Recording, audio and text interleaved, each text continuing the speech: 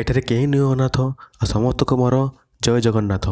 ପୂର୍ବ କ୍ଲାସ୍ରେ ଆମେ ଦଶମ ଶ୍ରେଣୀର ଭୌତ ବିଜ୍ଞାନର ଦ୍ୱିତୀୟ ଅଧ୍ୟାୟର ପାର୍ଟ 1 ଆଉ ପାର୍ଟ 2 ଆଲୋଚନା କରିସାରିଥିଲେ। ଆଜି ଆମେ ଦେଖିବା ପାର୍ଟ 3 ବିଷୟରେ ପୁରାପୁରି ଇମ୍ପୋର୍ଟାଣ୍ଟ ଭିଡ଼ିଓ। ତା ପୂର୍ବରୁ ଯେଉଁମାନେ ଆମ ଚ୍ୟାନେଲକୁ ସବସ୍କ୍ରାଇବ୍ କରିନା ସବସ୍କ୍ରାଇବ୍ କରିଦିଅନ୍ତୁ, ଲାଇକ୍ କରିଦିଅନ୍ତୁ ଆଉ ସେୟାର ମଧ୍ୟ କରିଦିଅନ୍ତୁ। ଚାଲ ଦେଖିବା। ଶୁକ୍ର ଗ୍ରହର ବାୟୁମଣ୍ଡଳ କେଉଁ ଅମ୍ଳର ହୋଇଥାଏ? ଶୁକ୍ର ଗ୍ରହର ବାୟୁମଣ୍ଡଳ ସଲଫ୍ୟୁରିକ୍ ଅମ୍ଳର ହୋଇଥାଏ। ସେଇଥିପାଇଁ ସେହି ଗ୍ରହରେ ଜୀବଜଗତ ସୃଷ୍ଟି ଅସମ୍ଭବ। ପ୍ରତି ଅମ୍ଳ ରୂପେ କେଉଁ ଗୁଡ଼ିକୁ ଅଧିକ ପରିମାଣରେ ବ୍ୟବହାର କରାଯାଏ? ପ୍ରତି ଅମ୍ଳ ରୂପେ ମୃଦୁ କ୍ଷାରକକୁ ଅଧିକ ପରିମାଣରେ ବ୍ୟବହାର କରାଯାଏ। ଆଉ ମାଗ୍ନେସିୟମ୍ ହାଇଡ୍ରୋକ୍ସାଇଡ଼୍ ହେଉଛି ଗୋଟିଏ ମୃଦୁ କ୍ଷାରକ, ଯାହାକି ପେଟ କଟା, ଯେମିତିକି ଆମ ପେଟରେ ଯଦି ଅଧିକ ଅମ୍ଳ ହୋଇଯାଇଥିବ, ଆମ ପେଟ କାଟିବ, ତାହେଲେ ଆମେ ମାଗ୍ନେସିୟମ୍ ହାଇଡ୍ରୋକ୍ସାଇଡ଼୍ ଖାଇଲେ ଆମ ପେଟ କଟା ବନ୍ଦ ହୋଇଯିବ। ପିଏଚ୍ର ପରିବର୍ତ୍ତନ ଦନ୍ତକ୍ଷୟର କାରଣ। ପାଟିର ପିଏଚ୍ 5.5ରୁ କମ୍ ହୋଇଗଲେ ଦନ୍ତକ୍ଷୟ ଆରମ୍ଭ ହୋଇଥାଏ। କ୍ୟାଲସିୟମ୍ ଫସ୍ଫେଟ୍ରେ ଗଠିତ ଦାନ୍ତର ବହିର୍ ଆବରଣ ଶରୀର ମଧ୍ୟରେ ସବୁଠାରୁ ଶକ୍ତ ପଦାର୍ଥ। ଏହା ଜଳରେ ଦ୍ରବୀଭୂତ ହୁଏ ନାହିଁ, କିନ୍ତୁ ପାଟିର ପିଏଚ୍ ଯଦି 5.5ରୁ କମ୍ ହେବ ତାହେଲେ ଏହା କ୍ଷୟ ଘଟିବ। ଏହା ପାଣିରେ ଦ୍ରବୀଭୂତ ହୁଏ ନାହିଁ। କ୍ୟାଲସିୟମ୍ ଫସ୍ଫେଟ୍ ଯଦି ପିଏଚ୍ ଯଦି 5.5ରୁ କମ୍ ହୋଇଗଲା ନା, ଏହା କ୍ଷୟ ଘଟିବା ଆରମ୍ଭ ହେବ। ଖାଇସାରିବା ପରେ ପାଟିରେ ଲାଗିଥିବା ଖାଦ୍ୟର କଣିକା ଗୁଡ଼ିକୁ ବୀଜାଣୁମାନେ ନିମ୍ନୀକରଣ କରି ଅମ୍ଳରେ ପରିଣତ କରିଦିଅନ୍ତି।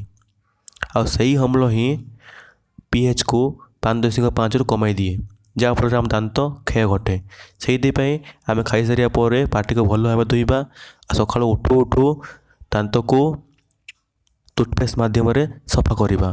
ଯେହେତୁ ଟୁଥପେଷ୍ଟ ଏକ କ୍ଷାରକ, ତାହା ଅମ୍ଳକୁ ପ୍ରଶମିତ କରିଦେବ ଓ ଆମ ଦାନ୍ତ କ୍ଷୟ ଘଟିବ ନାହିଁ। ବୁଝାପଡ଼ିଲା? ମହୁମାଛିର ଦଂଶନରୁ ଉପଶମ ପାଇବା ପାଇଁ କାହାକୁ ବ୍ୟବହାର କରାଯାଇଥାଏ?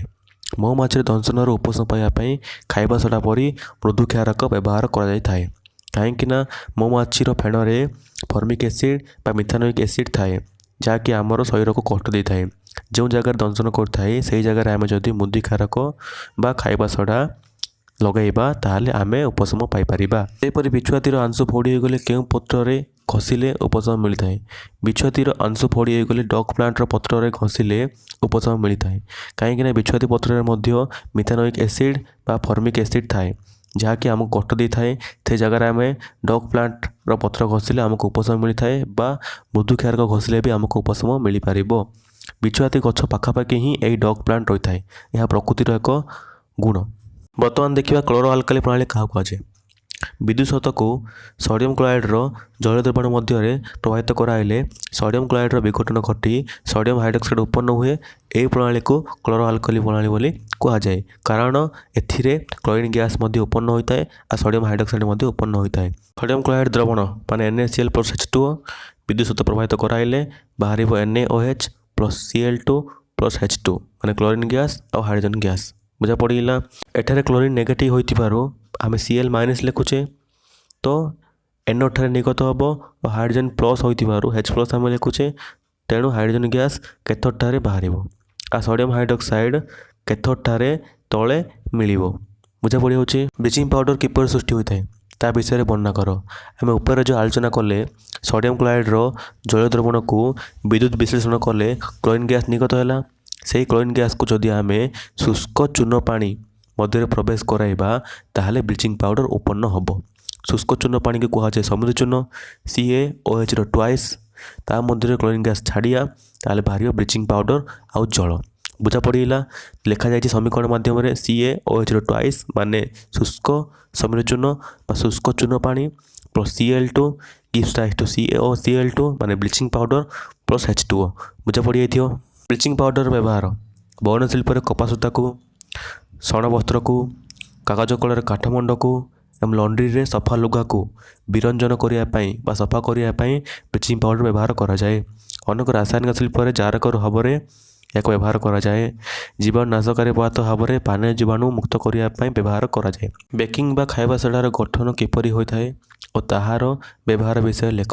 ବେକିଂ ସୋଡ଼ା ବା ଖାଇବା ସୋଡ଼ା ବା ଯାହାକୁ ତୁମେ ଆଭୋକାଡୋ ଖାର ବୋଲି କୁହ, ତାହାକୁ ବେଳେବେଳେ ରନ୍ଧନକୁ ଦ୍ରୁତତର କରିବା ପାଇଁ, ଜଲ୍ଦି କରିବା ପାଇଁ ମିଶାଯାଇଥାଏ।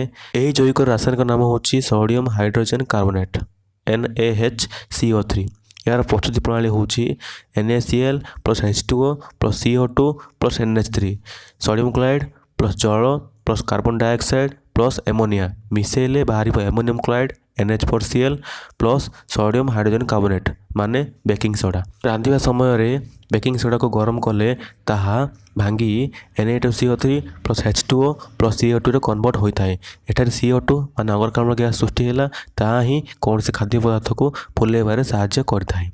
सोडियम हाइड्रोजन कार्बोनेटर व्यवहार बेकिंग पाउडर प्रस्तुत करने अर्थात बेकिंग पाउडर होची बेकिंग सोडा और टार्टरिक एसिड पर मृदु खाद्योपयोगी अम्लर एक मिश्रण माने बेकिंग सोडा और टार्टरिक एसिड मिसैकी बेकिंग पाउडर सृष्टि करथाउ।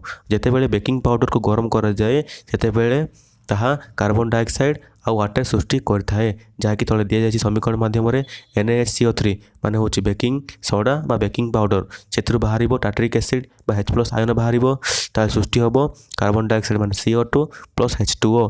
एथिरे सृष्टि कार्बन डाइऑक्साइड बा CO2 पाउडरटी किंबा केक को फुलाई एथिरे नरम सछिद्र कर दैथाए। सोडियम हाइड्रोजन कार्बोनेट पत्ती अम्ल गुड़िकर मध्य एक उपादान अटे। क्षारीय होता हेतु यह पाकस्थली अधिक अम्ल को प्रशमन करे और जंत्रणा उपशम करता है। जेहेतु यह एक मृदु क्षारक से यदि पाकस्थली कौन अम्ल क्षरण जो पेट काटि थाए ताहले आमे ताको नहीं आमे प्रशमित कर दी था पेट कटा भल हो जाए थाए। आउरी मध्य बेकिंग सोडा को आमे सोडा अम्ल अग्निनिरोधक यंत्र व्यवहार करथाउ। सोडियम क्लोराइड सृष्टि आउ गोटे जैविक होची धोइबा सोडा जहाँ संकेत होची Na2CO3 × 10H2O। जितेबले खाइबा सोडा को आम गरम करूँ से समय सोडियम कार्बोनेट सृष्टि होता है।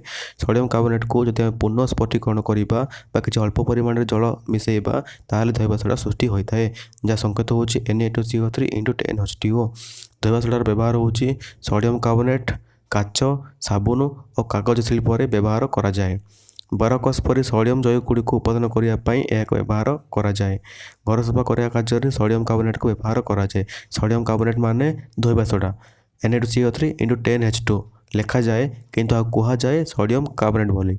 जलर स्थायी कर्त दूर करने व्यवहार करा जाए। स्फटिक जल क्या कहुए लवणर संकेत एकक रही निर्दिष्ट संख्यक जल अणु को स्फटिक जल कहुए। आम लवण टी खाली सेपरी कहीदे ना कप सल्फेट लवण CuSO4 कहीदे ना कि से किसी परिमाण में जल अणु लुचि रही है जमीक आम CuSO4 × 5H2O से 5टी जल अणु रही है किंतु आम ताको अणदेखा करी केवल कप सल्फेट ही कहीदे किंतु ताको आम एक्चुअली कहवा कथा कप सल्फेट स्फटिक माने स्फटिकर अर्थ से किसी जल अणु लुचिकी अच्छी जहाँ को आम कहूचे कप सल्फेट स्फटिक बोले। एवं जो कहली ताहा ही तले लिखा जाइए कप सल्फेट रासायनिक संकेत कौन और से केतोटी जल अणु अच्छी।